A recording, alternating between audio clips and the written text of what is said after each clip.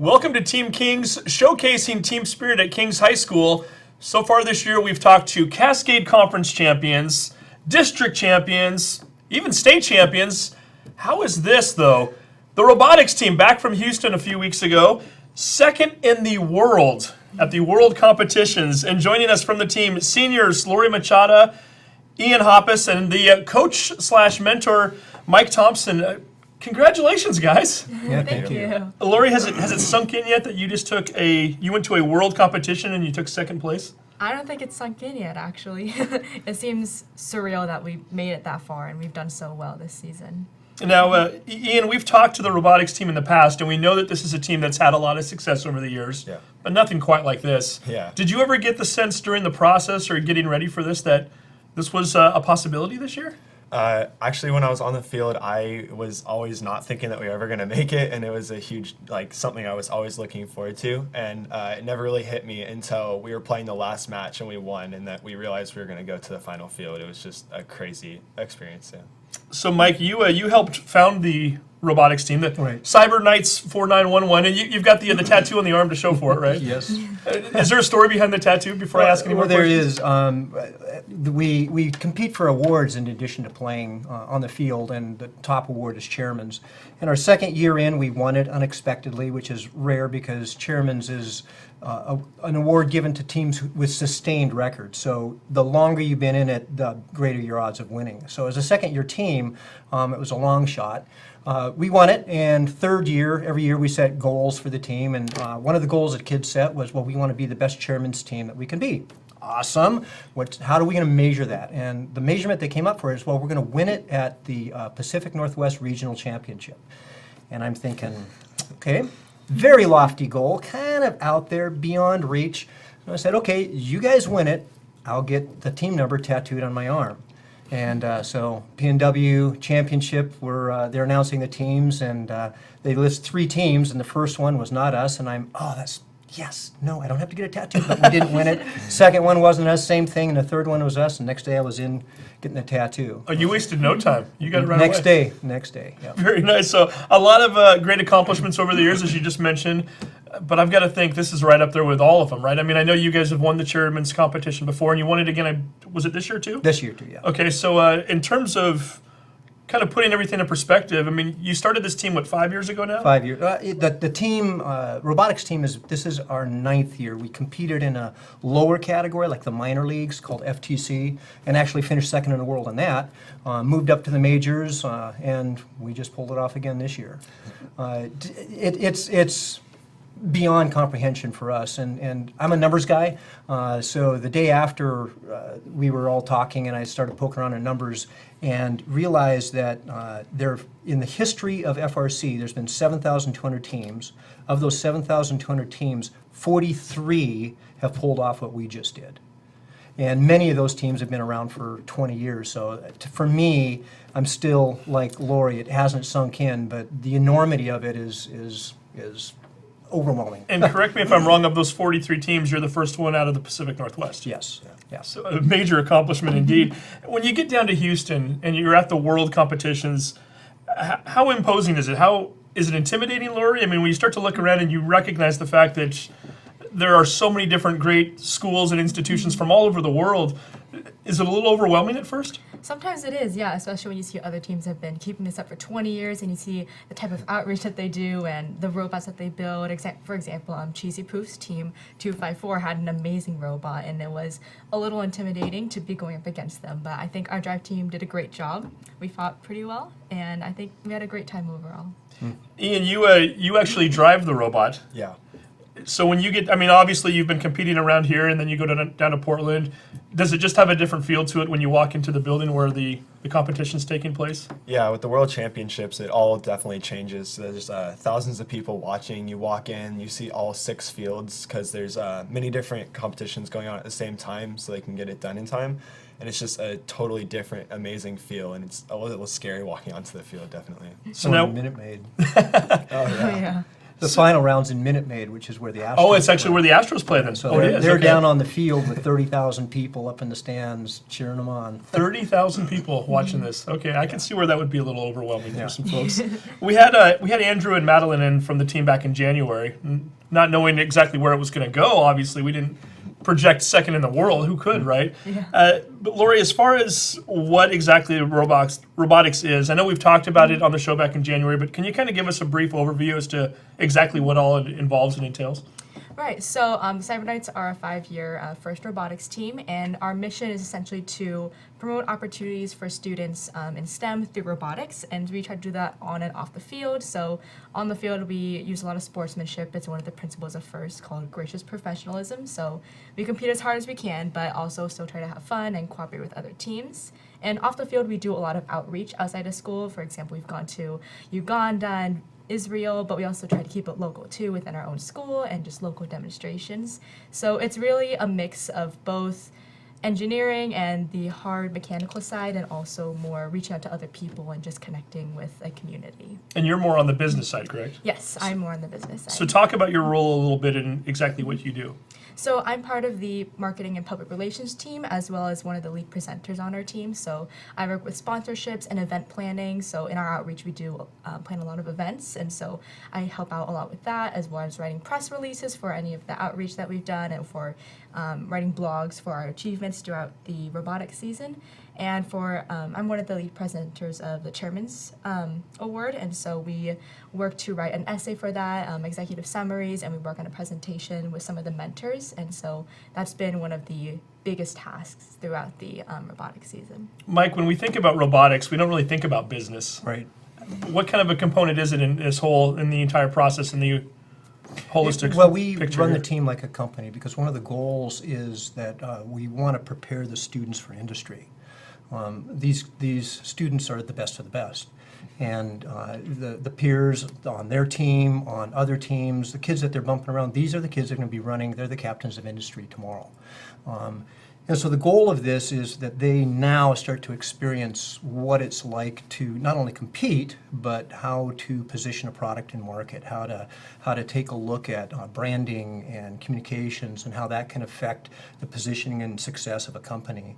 But beyond that, I think, as Laurie mentioned, the outreach, I think one of the biggest aspects of this is, again, these young people are the leaders of tomorrow. What we want them to understand is how important it is to pay forward.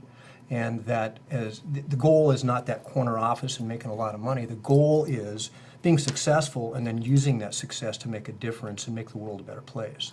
So the outreach that they're involved in, as Laurie mentioned, is we're trying to help other youth become more interested in science, technology, engineering, and mathematics, and we're using the team as a platform for that. Very good. And then, Ian, on the engineering side of things, we mentioned already that you drive the robot. You do a lot more than that. Talk a little bit about your role overall and what you're doing with this particular team. Yeah, so my role in the Cyberknights is I'm the design lead, so that pretty much means that I help with the overall design and engineering process of actually building the robot. So I start out with, once we have an idea of how we want to play the game, I start looking at how we're actually going to build the robot, and we start designing it in a 3D design program. And so I'm the head of that, and I delegate to several other people who will design the other subsystems on the robot. And so once we have that, I help look over their designs and make sure everything's going to work. And then also I'm kind of the machinist lead, and I help get the machines running and actually building the chassis and the robot and throughputting it and actually building it up. And we mentioned he's the driver. Mike, how does that job come about? Is there a tryout process? We have tryouts. It's based on experience, motor skill, ability, but I think the biggest factor is the ability to work with the other students that are down there on the field. So Ian worked very closely with Marshall, who's the operator, ran the appendages on the robot, and those two basically had to be mind melded, joined at the hip, because as Ian's moving the robot, Marshall's working to pick up a crate or do something, and it's a very coordinated event. So the tryouts are not only just your skill at operating the robot, but also looking at who do we pair you up with and how well do you all work together. And since he's sitting right next to you, what makes Ian such a good driver? It's really fun to watch these guys grow and develop over the years. We oftentimes they join as a freshman, sometimes in 8th grade, and big eyes and don't know which end of a screwdriver to hold. And now you see this young man sitting here, and he's probably got the skills of a CAD skills of a junior engineer in a professional company. He designed a very complicated robot, led the team. Laurie has handled the branding and marketing for the team this year, led with Andrew, putting together how we positioned ourselves with the story that we told, all that. It's an absolute joy to watch these guys develop. Specifically, Ian, last year he picked up the robot, dove into it, and it was hard. It was really rough. And I think one of the things I love seeing the most is them struggle, and fail, and have a hard time, because it's through those experiences that we become stronger and we learn. And so watching these guys grapple with not only success, but places where they make mistakes and they fall down, and then keep on going and put all that together to produce what we produced this year is what makes me really excited. I can imagine. And if failure does in fact lead to success, you must have failed quite a few times because you've had a ton of success. And Yeah. Ian, I'm sure a lot of folks who are watching this video right now are wondering, why is a Rubik's Cube on the table? Tell us a little bit about what we have in front of you here. And my generation knows what a Rubik's Cube is. I'm not sure all the generations do, but what exactly does the Rubik's Cube do for you, and how does it play into what you do and when you're out there on the field? I actually carry this pretty much everywhere with me when I was in the competition. I always have it down on the field before a match. It's pretty much just a stress relieving device. I always be playing with it and solving it just to take my mind off of like everybody watching and thinking about all the things that could go wrong and all the stress dealing with that competition. This is something I always have with me, and so it's just kind of a stress device. Well, it's funny because most people, when they think of stress devices, think of things like balls you squeeze or something that is mindless and takes your mind away from everything. You're trying to solve a Rubik's Cube while you're getting ready for a big competition. Yeah. Is that how your mind works? Does it kind of stimulate the mind a little bit and get you I get feel you ready? like it definitely gets me into like the very objective and logical mindset, like before a match, so just to make like quick choices and act quick on your feet, and just into a very the mindset that I really like to have when I'm driving. Very good. Hey, as far as the trip itself, how many students went? Laurie, was there quite a few of you that went down there? Was it the entire team?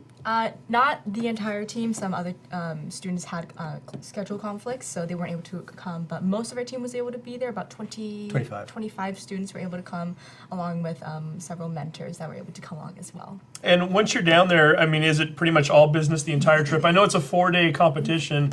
Are you able to do some other things to kind of get away from it all? In the evenings, are you able to take your focus off robotics and maybe just relax a little bit, or what's the trip like? Yeah, so a lot of times the pits will close a little earlier, and so we're able to go back to the hotel and relax a little bit, go swimming and hang out with friends and meet other teams that are also staying at the same hotel. So there's always a good amount of hard work and also fun mixed into every competition. Are you also planning though in the evenings? Are you still kind of having to look one step ahead? Yeah, of course. There's a lot of strategy meetings in the evening. We see they especially are part of the strategy meeting. They settle out how the day went, how we did, what the other teams are doing, and basically planning on who we might want to team up with later, and trying to plan out the rest of the competition as early as we can. So for the first 2 days, you don't have a choice, or you don't have a say in who you're being teamed up with. You're involved with 10 different matches, and they team you up. The second couple of days, you get to actually pick and choose a little bit. Is that correct, Ian? Mm-hmm. Yeah. So we get a randomly, the first 10 matches in the first 2 days, you get paired up with 2 other teams for each match. It's a 3-on-3 competition. And then after that, you get, depending on how well you did, you get seeded 1 to 8, and then you get to actually go down in a round-robin style and pick who you want to play with for your other 2 teams, and then you go into elimination matches. And we mentioned earlier you took second, and I think the name Cheesy Poofs came up. No doubt a South Park reference, I think. That's the team that beat you? Okay. Recognize that term. Where were they from, the team that ended up winning the World Championships, and how close was the competition? Does anybody here? They were from Australia, I believe. No, Cheesy Poofs was from California. Oh, California, sorry. Yeah, Thunder They're Down from Unders. California. Thunder Down Under is another great team. But yes, they're from California. The competition, we definitely did have a chance, I think, because of our strategy and the people that we were teamed up with. However, in the end, it didn't quite work out. One of our partners fell over, and we weren't able to win. But I think we fought very hard. I think it was a great opportunity to play against them. Seeing their robot function was amazing. It was almost flawless, it looked like. So I think it was a great opportunity. Even though we lost, we had a lot of fun playing. And we learned a lot. Oh, I yeah. can We imagine. learned a lot. And Yeah. Mike, you kind of mentioned off camera, this was kind of a David versus Goliath moment too. So many of these teams are probably staples at this competition, Right. and you see the same ones year in and year out. Was there kind of that sense of who's King's High School? Where are these guys from? Yeah, Cheesy Poos, for example, has been around for 20 years. One of the other teams they partnered up with, just a phenomenal team. Robo Wranglers is from Texas, Team 148. And the team number indicates how long you've been in it. So we were up against Team 148 and Team 254, and we're Team 4,911. So there was definitely that. They've got decades of experience. We're just figuring this out. Both Cheesy Poofs and Robo Wranglers have been on Einstein, I think, at least 5 times each, and each have at least one other world championship under the belt. I think this was Cheesy Poof's 3rd that they had actually won. So it was a bit of, oh my word, what are we doing playing against these guys? And the thing that I just still am pinching myself is we went toe-to-toe with them, and we legitimately played them. Lost, but we were right up there with them, and that's what really amazes me is this 5-year team pulled this off this year. And for both of you are seniors. Have you been on this team ever since your freshman year? I've only been on the team for 2 years, but Ian. I've been on for 3. And you start planning for this particular competition, I guess it was back earlier this year, right? Early January, December, is that right? So Game is released in January. So what do you find more gratifying, the actual 4 days at the competition or the 4 months leading up to it, where all the work and the time and the effort that goes into it? Have you kind of have you put that into perspective yet? I mean, Laurie, do you have an answer for that one, or? I think it's gotta be both. I think the 4 months leading up to it, there's so much work and late nights that are put into it that when you finally see it working out at competition or like seeing us, win awards or connecting with other teams because of all the practice that we've done or previous connections that we've built during the 4 months of preparation, it's gratifying at both, I think. It's mostly at competition when you get to see everything working out and see how your teammates function and they grow and improve throughout the season.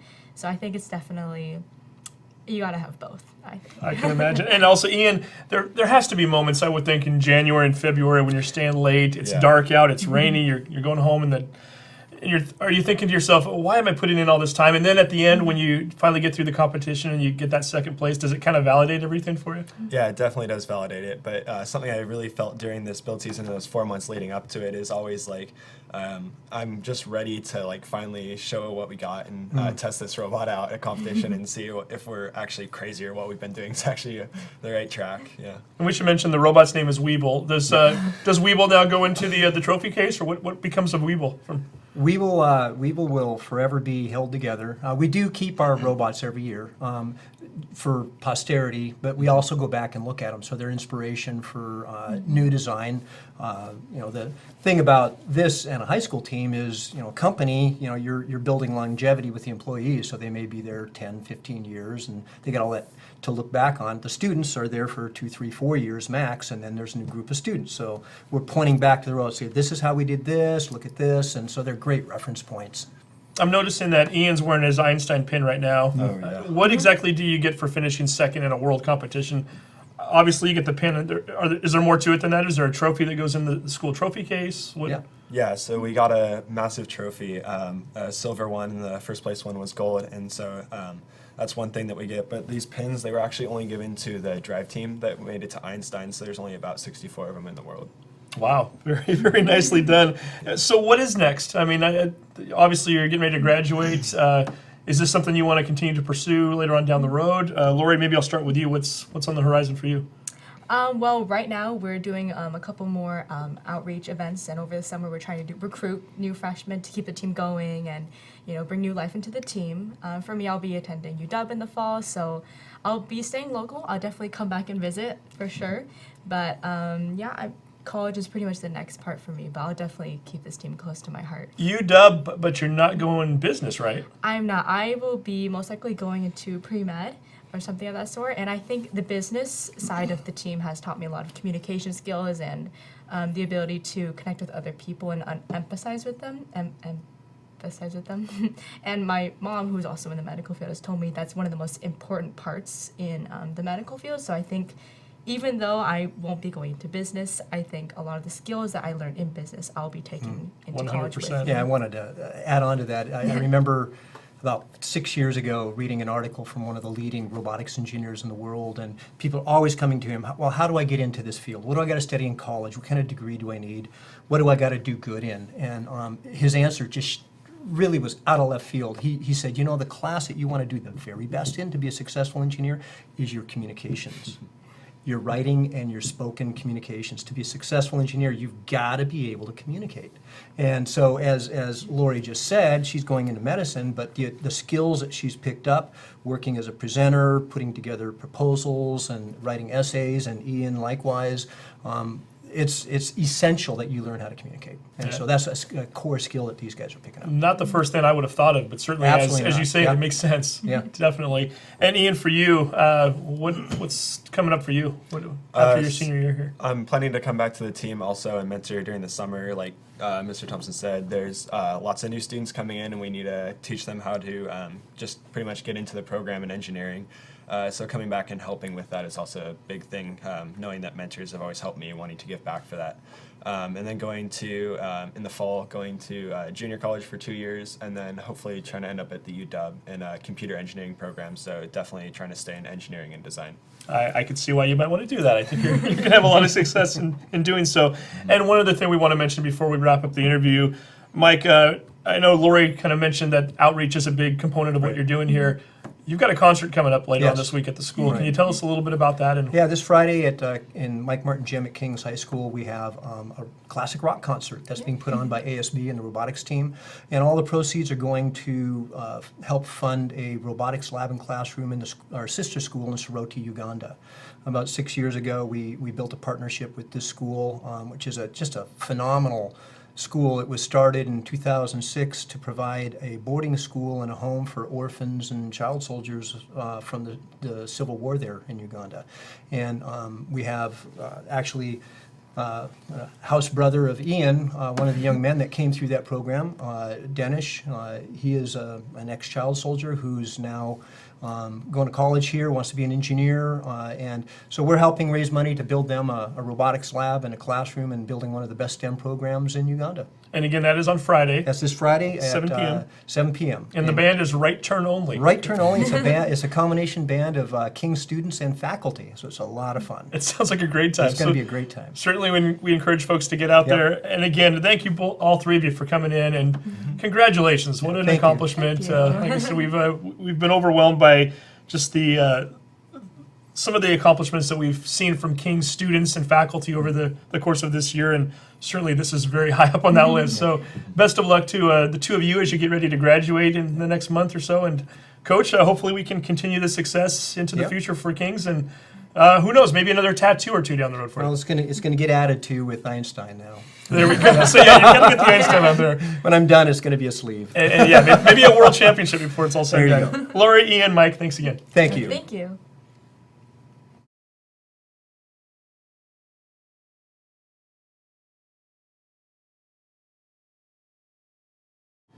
The King's High School musical production of Peter Pan is starting later on this month, and with us right now, two of the stars from the show, Peter Pan and Wendy themselves. We've got Jeffrey Weber, a junior at the school, and Mallory Dornay, also a junior. First of all, congratulations on getting those roles. Thank you. Kind of a big deal, guys. Yeah. Jeffrey, I'm going to start out with you. The lead role as Peter Pan. You weren't even in Cinderella last year, and all of a sudden now you're starring in the show. Yeah, flying onto the scene. Man. I like that. Very nicely done. What's the experience been like for you so far? It's been really, really fun. It's a pretty challenging role. Just like getting to learn music and like lines. I'm having so much fun. It's like a dream role for me to be like Peter Pan. Yeah, it's just been incredible, and our group is really amazing, and I love working with my friends. Yeah. And then we've got Wendy next to you here, or should we call her Mallory by her real name? When you get a role like this, I guess I should start off by asking, how do the auditions go? Are you auditioning as a big collective group, and then they start to kind of separate you and tell you who you're going to be playing, or do you audition for a particular role, Mallory? How did you get the Wendy role?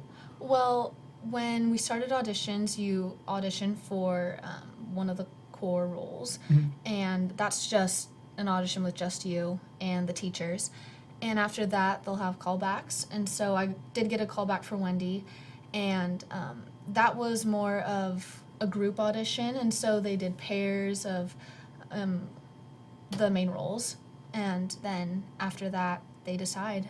So the audition process was scary for me. Actually, the very first time that I auditioned, I forgot one of the lines in my song, and so I hadn't auditioned for a musical because in Cinderella I was late to it. I was a week late, so I didn't know what it was like. But it was easy and smooth for the most part. So.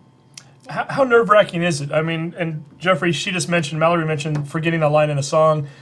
When you have one of those moments, do you start to think in your mind, maybe I just blew my opportunity, maybe this is, maybe that was it, maybe I don't get another shot, or what is it like when you're actually up there and you're trying to audition for something? I think in the moment, if you do like forget a line or something like that, it's really scary, and you think, oh my gosh, everything's over, it's done. But I think our directors take things like that into consideration, and it's not like the end all of everything. Like it's just a moment, and like practice makes perfect, I think. And so if they're looking for a character that they want, they'll find that even if there's a little blurb in the audition, yeah.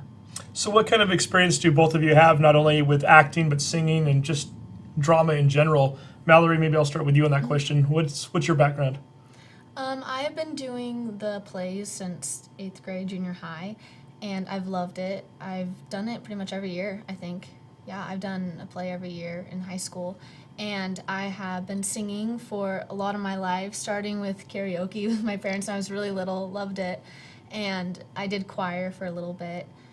And yeah, I take vocal lessons for this play, and I've done it in the summer. So both of those combined, I've done it for a pretty big chunk of my life. Now you're gonna have solo parts in this particular one, correct? Yes. Is that a new thing for you? I mean, in the past, have you been singing as a group, or have you had solo parts before? I've had solo parts, yeah. But I think with this production, it is a little nerve-wracking. I haven't had a solo singing part since 8th grade when I was Scuttled in Little Mermaid. So, yeah, it's been a long time, but, I'm ready for it. I'm excited. And Jeffrey, what about you? Are you new to the solo performance, so to speak, of singing in front of a group of people? Not really. So I did choir growing up, and my family was really musical, so I grew up with music. And then in 7th grade, I had the opportunity to do a show at the Fifth Avenue Theater, which sort of kickstarted my musical theater career. I had never done anything with it, and I got the chance to do this role, and it sort of kickstarted my journey in musical theater. And what was the role at Fifth Avenue? That was Oliver. Okay. So that was a lead role, and I had I was very shocked because I was so new to theater, but I don't know, I learned so much from being in that environment that it's really translated well into my high school career, and being able to work in these shows and in a stressful environment. And yeah, it's helped with experience and even just life skills of working. I got to work with adults in some of those shows, and acting with them was really cool.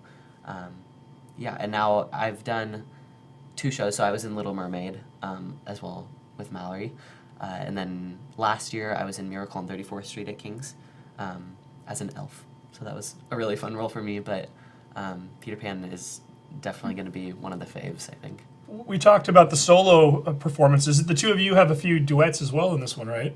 Yes. What's that been like to work with each other, and to obviously more of a comfort factor when you have somebody else you're singing with as opposed to being out there on your own? It's fun. It is really fun, and I think that we have fun off stage too, and we get along really well, and so we're in it together, learning together. So Does it help to have chemistry amongst people when they're singing with one another, Jeffrey, or is it more just nail my part of the performance and let everything else kind of take care of itself? I think you definitely have to have chemistry and know the person well, because we've had so much time practicing this song that it's it just kind of flows naturally, and then we can add in some of like the emotion and choreography and lighting, and it all really helps to make the scene just really like shine. So yeah, I think we both are gonna have a lot of fun when we present that duet role. So tell us a little bit about some of the other key cast members and the key roles. Who are we going to be watching if we go to this production? So you got Peter, Wendy, and if you know the story of Peter Pan, you also might have Captain Hook, who's going to be played by Samantha Murphy. Yeah, and then we also have the Darling children. So Mikel is played by Eleanor. Baker. Sorry, Eleanor. Eleanor Baker. And then John is going to be played by Adam Kennelly. Any other? We got the. Did you say the Darling parents? Yeah. Oh, no. Savannah is the mother, Savannah Pop. She's my mother in the play. And then Josh Cummings is the father. And we have Tinkerbell, Emma Hutchison. You can't forget Tinkerbell. Can't forget Tinkerbell. Can't have Peter Pan without Tinkerbell. And and then a lot of the Neverlanders and Lost Boys and Pirates, and they're all amazing. They're so good, and really talented. So this starts on May 31st, so we're getting close. May 31st through June 3rd. We should point out May 31st, June 1st, and June 2nd, 7 p.m. start time. This is at the Shimmer Auditorium. And then on June 3rd, 3 p.m. performance. Tickets can be purchased at brownpapertickets.com. Have we seen the costumes yet? I mean, it's Peter Pan, so I've got to think they're fairly elaborate. Do we know what anybody is going to be looking like yet, or where are we at in that part of the process? Yes, some of us know. Some of us know if we have simple costumes, but I think the ones that are going to be more elaborate, we're waiting for The Captain details. Hooks and the... Yes, Captain exactly. Hook has this. Yeah. It's going to be incredible. Yeah. And of course, when we're talking about Peter Pan, are we going to be flying, Jeffrey, or are you going to keep your feet on the ground the entire time? Yeah, well, you might have to wait and see. Stay tuned for that then, okay. Stay tuned. Good reason to go right there.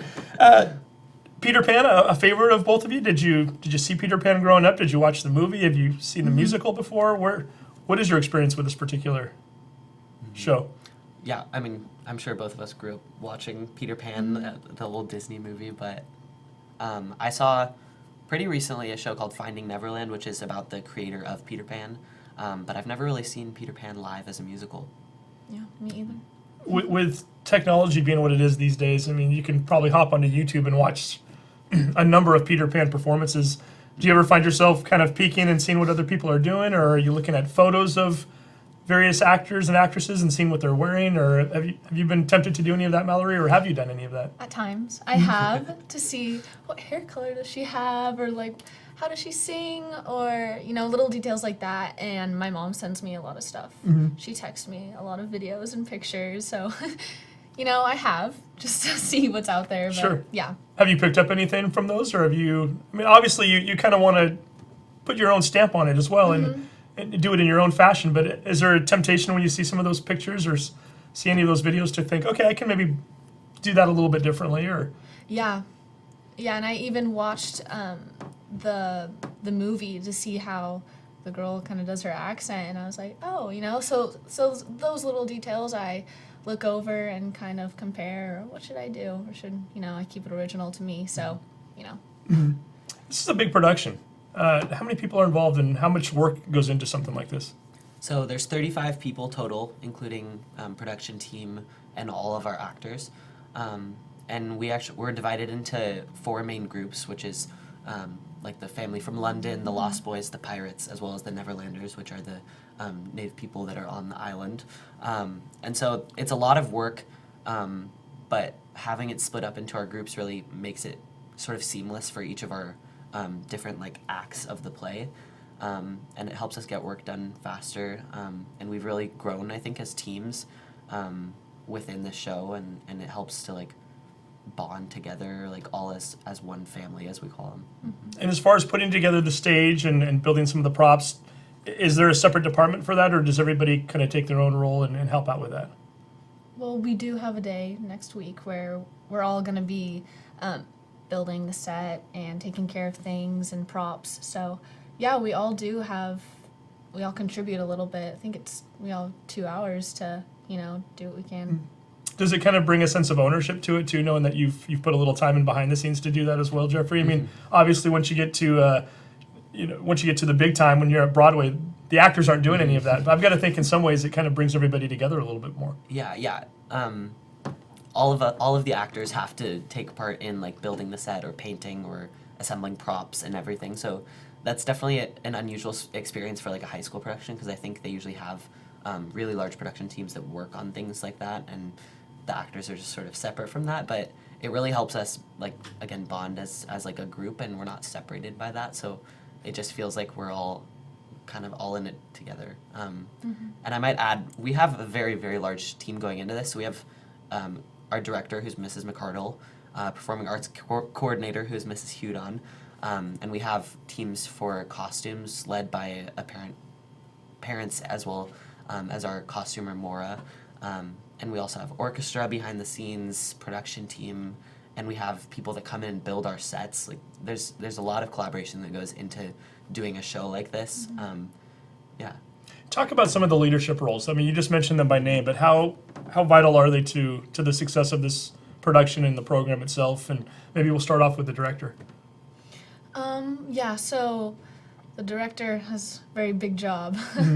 And Mrs. McCardle is, the one who encourages us, tells us what to do.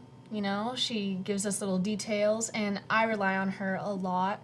And I think it's really helpful for me to ask her questions about where should I look, how does this sound? And so she's really helpful in the production of this.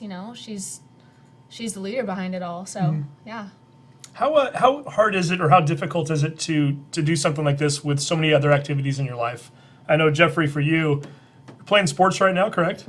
Well, now the play has sort of taken over. Yeah. But I was playing soccer at school. And DECA, we've had you in here Yeah. for the DECA program back in January, so I know you're a pretty busy guy. So Yeah, I missed a couple of rehearsals actually for our trip to internationals for DECA, and I was playing soccer games along with some rehearsals. But I'd say we sort of work together with the coaches and with our director to really make those kind of scheduling conflicts work. It's hard, but I think I was like really motivated to do it because I really like the things that I do. And so that was hard to sort of manage it at the moment, but I think now that I'm focused more on the musical, it's easier to balance and really just dive into the role and get into rehearsals and everything. and it's coming up here pretty soon. Fun question for me: singing versus acting. Do you have a preference? If you could only do one, would you choose one over the other, or is that a difficult question, Mallory? Well, it is difficult because I love both. You know, there's days where I think to myself, oh, I have a better voice today, or oh my goodness, I'm better at saying my lines today. My voice isn't doing too well. But I think that, my heart belongs in song, and I've been doing it ever since I was little, even if it's, just in the shower. So, yeah, that's something that I've always loved. I'd say singing. Same for me. Same for you, Yeah, okay. Yeah. Ditto, there we go. Do we have a favorite musical? Just out of curiosity. Mine's Phantom of the Opera. Okay. Yeah. Without a doubt, huh? As much as I've loved the plays that I've been in, that's one that I like. It just caught me off guard because it's great music. Is that a Great bucket show. list for you to be a part of? I Phantom think of so. the Opera? Okay. Yeah. Being the Phantom would be a dream role for me, definitely. Is there a dream role for you, Mallory? Oh, Besides Wendy, of course. We Yes. know. besides Wendy. Oh, Or do you have goodness. maybe a favorite role you've done thus far? Do you? Yeah, I would say that my favorite role has been Scuttle in Little Mermaid. I just, it's really drastic from Wendy because Scuttle is, kind of just, he's the bird that has the annoying voice and he sings really loud. But, I think that was a really, really fun role for me to play and to just feel funny and to be out there. I don't know. So that was probably my Be a little bit favorite. looser Yeah, and yeah. enjoy it a little more. And then Jeffrey, we've got to ask, Wizard of Oz. You've never done that production, but you've got a family member who's very into that particular. Yeah, so my grandpa has always been an aficionado of Wizard of Oz related things. And actually, in his home in California, he has a museum for the Wizard of Oz. He has a yellow brick road constructed into the floor of his house. And he's done some amazing things with that. He was featured on the New York Times a long time ago because he went to a Wizard of Oz festival in the Midwest in a hot air balloon. So he flew down dressed as the wizard himself, and yeah, he's just been obsessed with that, I think. Speaking and of it's great. bucket Yeah, list yeah, items, right? Yeah. And he's also an aficionado of Sherlock Holmes, correct? Yep. Yeah, so he's got the sort of like double, it takes all of his basement to cover that. Perhaps by the time it's all said and done here, Peter Pan will be on that list then Yeah. for him. So again, May 31st through June 3rd, certainly want to encourage folks to get out there. Tickets are relatively inexpensive, so if folks want to go to Brown Paper Tickets, you can find out pricing and other information, and we certainly encourage them to get out there. Mallory, Dornay, Wendy, Jeffrey Weber, Peter Pan, thank you both for coming in, and best of luck with the production of Peter Pan coming up on May 31st. Thank you. Thank you so much. And that will do it for this week's edition of Team Kings. We thank you for watching, and we will see you next time. Until then, take care.